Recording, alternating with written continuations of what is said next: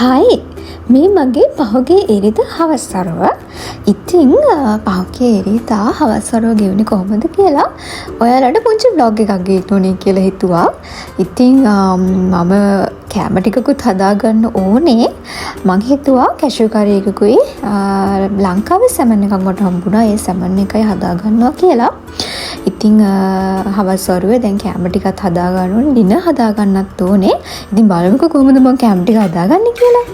ඉතින් කැෂියෝ මම පෙඟෙන්න තිබ්බා කලින් දවසේ රෑම පෙඟෙන්න තියලා ඊට පස්සේ තමයි දැන් මේ අද හවස මම හදාගන්න හදන්නේ. ඉතින් මට ලංකාවෙන් හස්බන්ඩ්ගේ අම්මා කෑම වගේක් එවලා තිබ්බා පහුගිය දවසක.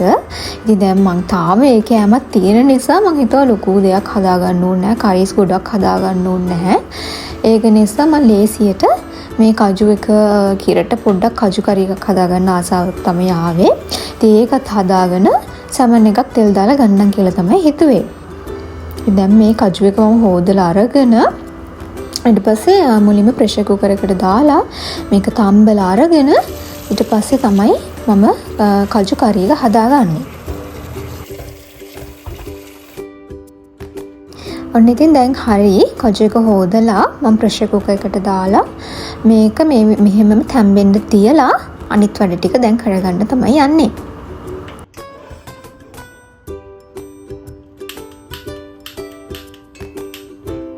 ඉතින් මම කිචන් එකේ නිසා මම කෑම හදන නිසා හස්බන්ඩ් බුදු පහන තියලා තිබ්බා. ඉතින් මේ වෙලාවට ගෙදර පිරිත් සද්ද ඇහෙනවා, හඳුන් කුරු සුවඳ එනවා, පුදුම නිස්කලංක බවක් මුළු ගෙදරම තියෙන්නේ මේ හවස්වරුවට. මං හරිම ආසයි. ඉතින් ඒ අතරේ කෑමත් හදන අතරේ ඉතින් දැන් ගෙදරම සුවඳයි, හඳුන් කුරු සුවඳයි. මේ අතරේ මං හිතුවා මේ කොෆි එකකුත් හදා ගන්නවා කියලා. කොෆි එකත් හදාගෙන මගේ පවුඩර් නිවි හැනහෙල්ලේ කිචන් එකට වෙලා කෑම ටිකත් හදා ගන්නවා කියලා තමයි දැන් මේ මං කොෆි එක හදාගන්නේ. මේ වගේ නිස්කලංකව පාඩුවේ නිදහසේ ගෙවෙන මේ ජීවිතේ ඉතින් හරිම සුන්දරයි. ගොඩාක් කාර්යබහුල ජීවිතයට වඩා ඉතින් මම නම් හරිම කැමතියි ඔය වගේ නිදහසේ සාමකාමීව ගෙවෙන ජීවිතයට. ඉතින් අපි කවුරුත් කැමතිනේ. ඔන්න ඉතින් දැන් ප්‍රෙෂර් කුකර් එකේ මම විසල්ස් 3ක් තිබ්බා. තියලා විසල්ස් 3කින් පස්සේ මොකද මම පැය 24ක් විතර පෙඟෙන්න තියලානේ ගත්තේ. ඊළඟට විසල්ස් 3කින් විතර ගත්තා. ඒ අතරේ දැන් මම මේ ලූණු ටිකත් කපාගෙන මම හදන්නේ මොනවද කියලා කලින්ම ඩිසයිඩ් කරලානේ තියෙන්නේ. ඉතින් මේ දෙකටම ඕන කරන දේවල් කපලා පැත්තකින් තියා ගන්නවා. ඉතින් මේ විදිහට කරගත්තම ඕනේ කෙනෙකුට ලේසි. එතකොට ඉතින් උයන්න ලොකු වෙලාවක් යන්නේ නැහැ. ඉක්මනින් ඒ වැඩ ටික කරගන්න පුළුවන්. මේ වගේ පොඩි පොඩි ටිප්ස් උත් තියෙනවා ඉතින්. ඔන්න ඒ අතරේ දැන් මේ ප්‍රෙෂර් කුකර් එකෙන් මම ගත්තා මේ කජු ටික අරගෙන බැලුවට හැබැයි හරි වැඩේ තමයි ඉතින් වෙලා තියෙන්නේ. මගේ කජු එක තැම්බිලා මදි. ඉතින් සමහර කජු ಜಾති තියෙනවානේ මේක ෆ්‍රෙෂ්ම නොවෙන්නත් පුළුවන්. ඒකේ වර්ගය වෙනස් වෙන්නත් පුළුවන්. ඉතින් අර ලංකාවේ අපි ගන්න කිරි කජු තියෙන. ඉතින් ඒ කිරි කජු එක නම් ඉතින් ලොකු වෙලාවක් යන්නේ ඉක්මනට තම්බ ගන්නත් පුළුවන් රසයිත් එක්ක. ඉතින් මේවා ඉතින් අර එක විදිහට අවන් කරලා එහෙම ගන්න කජු නිසා ඒවා තැම්බෙන්නත් ඉතින් වෙලාව යනවා. ඉතින් කොහොම හරි අන්තිමට මට දෙපාරක් තියලා තමයි ගන්න උනේ. හැබැයි දැන් මම මේ හදා ගන්නවා මේකට. අවශ්‍ය කරන ලූණු, මිරිස්, කරපිංචා, සුදු ලූණේ අවශ්‍ය දේවල් දාලා ඊළඟට 3-5 කහ මිරිස් චුට්ටක් දා ගන්නවා. ඒකත් එක්ක කුරුඳු ලුණු උළුහල් චුට්ටකුත් දාලා මේක මම දිය කිරි වලින් තියා ගන්නවා. හැබැයි ඉතින් සමහරු මේකට මිරිස් දාන්නෙම නැහැ. ඒක එක්කෙනා හදන විදිය වෙනස්. ඔන්න ඔය අතරේ මම බිත්තර ටිකකුත් තියාගත්ත රෑ කෑම හදාගන්න. ඉතින් දැන් ඔන්න මම කජු එකට උකු කිරි දා ගන්නවා. සමහර වෙලාවට මේකට මේ අබ චුට්ටුත් දා ගන්නවා. හැබැයි ඉතින් මං අද මුකුත් එකතු කරේ නැහැ. කිරටම මේක හදලා ගත්තා. ඔන්න දැන් කජු එක හරි. ඒ අතරේ මම මේ සොසේජ් ටිකකුත් try කරගන්නවා. මම හිතුවා රෑට බන් එකක් හදා ගන්නවා කියලා. ඒ අතරේ මම මේ පෙන්නන්නේ ලංකාවෙන් අපි ඩුබායි වලට කුරියර් කරගත්ත මේ සෝස් එකක් හොට්සි කියන බ්‍රෑන්ඩ් එකෙන්. ලංකාවේ අපේ බ්‍රෑන්ඩ් එකක්. හොච්චි සෝස් තියෙනවා, ජෑම් තියෙනවා. මේ හැම එකකටම නයිමිරිස් එකතු කරලා තියෙන්නේ. හරිම රසයි. මේක ඇත්තටම ප්‍රොමෝෂන් වීඩියෝ එකක් නෙවෙයි. රස නිසාම මම හිතුවා ඒක කියන්න ඕනේ කියලා. දැන් මේකටත් මම එකතු කරලා තියෙන්නේ මේ සොසේජ් එකට තෙරියකි සෝස් එක ඒගොල්ලන්ගේ. හරිම රසයි මේ සෝසස්. අර අපි චුට්ටක් සැරට කණ්ඩත් කැමතිනේ. ඉතින් හිතන්නකෝ අපි ඒක නිසාම තමයි මේ ඩුබායි වලට මේ කුරිය කරගත්තේ, ගෙන්න ගත්තේ. අපිට කාලා බලන්න වාසය වෙන පහගේ කාඩ් ටිකක් ෆේමස් වුණානේ හොච්චි බ්‍රෑන්ඩ් එකේ ගොඩක් දේවල්. ඉතින් ඔන්න බිත්තර එකත් හරි සොසේජ් එකත් හරි. ඒ අතරේ මම හිතුවා සැමන් එකත් හදා ගන්නවා කියලා. සැමන් එක මම චුට්ටක් අදිට ෆ්‍රයි කරලා ගන්නවා කියලා. මුලින්ම සැමන් ටික ෆ්‍රයි කරලා. ඉතින් සමහර දවස්වලට ෆ්‍රයි කරන්නේ නැතුවත් හදා ගන්නවා. ඉතින් එක විදි තියෙනවා කෑම හදා ගන්න.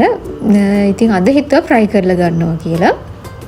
එක පැත්තක් ෆ්‍රයි කරලා ඊට පස්සේ මම අනිත් පැත්තත් ෆ්‍රයි කරගන්නවා. මේ දෙපැත්තම හොඳට ෆ්‍රයි කරලා අරගෙන ඊට පස්සේ මේක ටෙම්පරාදු කරගන්නම් කියලා තමයි හිතුවේ.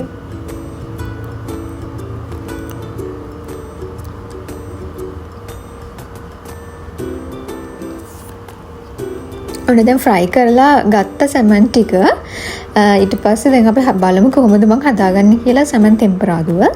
ඉතින් ඒ භාජනයේටම මම මේ පෑන් එකටම තෙල් ටිකක් දාලා ඊට පස්සේ මගේ ලුණු කරපිංච සුදු ලුණු තක්කාලි මේ හැමදේම ඒකේ පොඩක් ටෙම්පරාදු කරගන්නවා. මම ඉතින් ටිකක් මේකේ මේ ලිඩ් එක වහලම තමයි හදාගන්නේ. මොකද එතකොට හොඳට තැම්බෙනවා. තැම්බෙලා පොඩි ජූසි ගතියක් වගේ එනවා. ඉතින් එතකොට මේ මම ආසයි මේ විදිහට. ඉතින් ඒක නිසා මේ විදිහට තමයි මම හදාගන්නේ. ඒකටත් මම කහ මිරිස් කුඩු ටිකක් ඊළඟට කෑලි මිරිස් ඊළඟට ලුණු මේ දේවල් එකතු කරගන්නවා. ඉතින් මම නම් හරිම සිම්පල් විදිහට තමයි කෑම හදන්නේ. එනකට ඉතින් අර අපේ ලංකාවේ රහට කෑම ටික හදාගන්න පුළුවන්.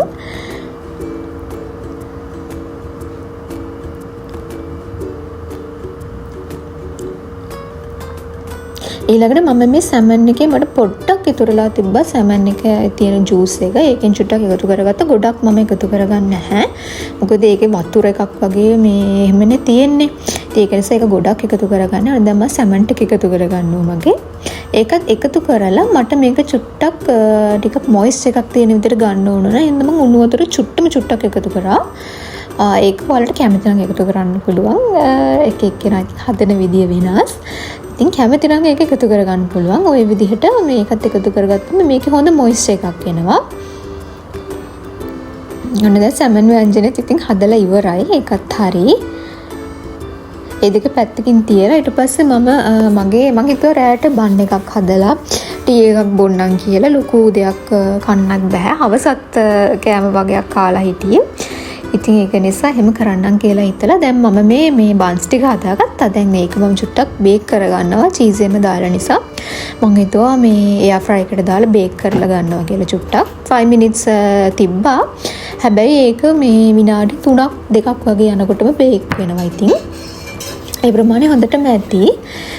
එහෙම කරලා තමයි මම බන්ස් ටික හදලා ගත්තේ.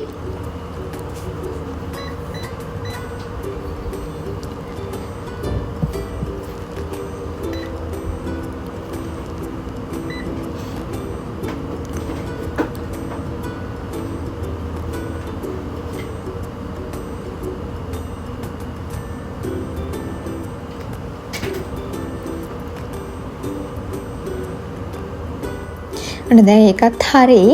බන්ස් ටිකත් රෙඩි. ඊට පස්සේ මම පාන් ටිකකුත් හදාගත්තා. ඔන්න දැන් රෑ කෑම හරි. අතරේ බත් එකක් තිබ්බා. ව්‍යංජන දෙක හදාගත්තානේ. ඉතින් ඔන්න බත් එකත් හරි. ඒකත් රයිස් කුකර් එකට තිබ්බා. ඊට පස්සේ මම හිතුවා වොෂ් එකක් දාගෙන පොඩ්ඩක් රිෆ්‍රෙෂ් වෙලා ඉන්න ඕනේ කියලා.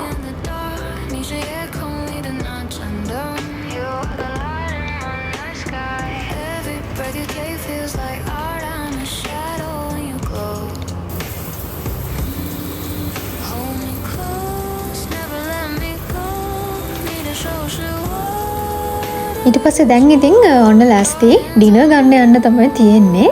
ඉතින් අද ඩිනර් ගන්න ගමන් අපි පැතුම් අයියාගේ වීඩියෝ එක බැලුවා. දිනේෂ් පැතුම් අයියාගේ අපි හරි අසයාගේ වීඩියෝස් බලන්න. ඉතින් අලුත් වීඩියෝ එකක් රිලීස් කරලා තිබ්බා. ඒකත් බලන ගමන් ඔන්න ඩිනර් ගත්තා. ඉතින් ওই විදිහට තමයි දවස ගෙවුනේ. හැන්දෑව රෑ ගෙවුනේ.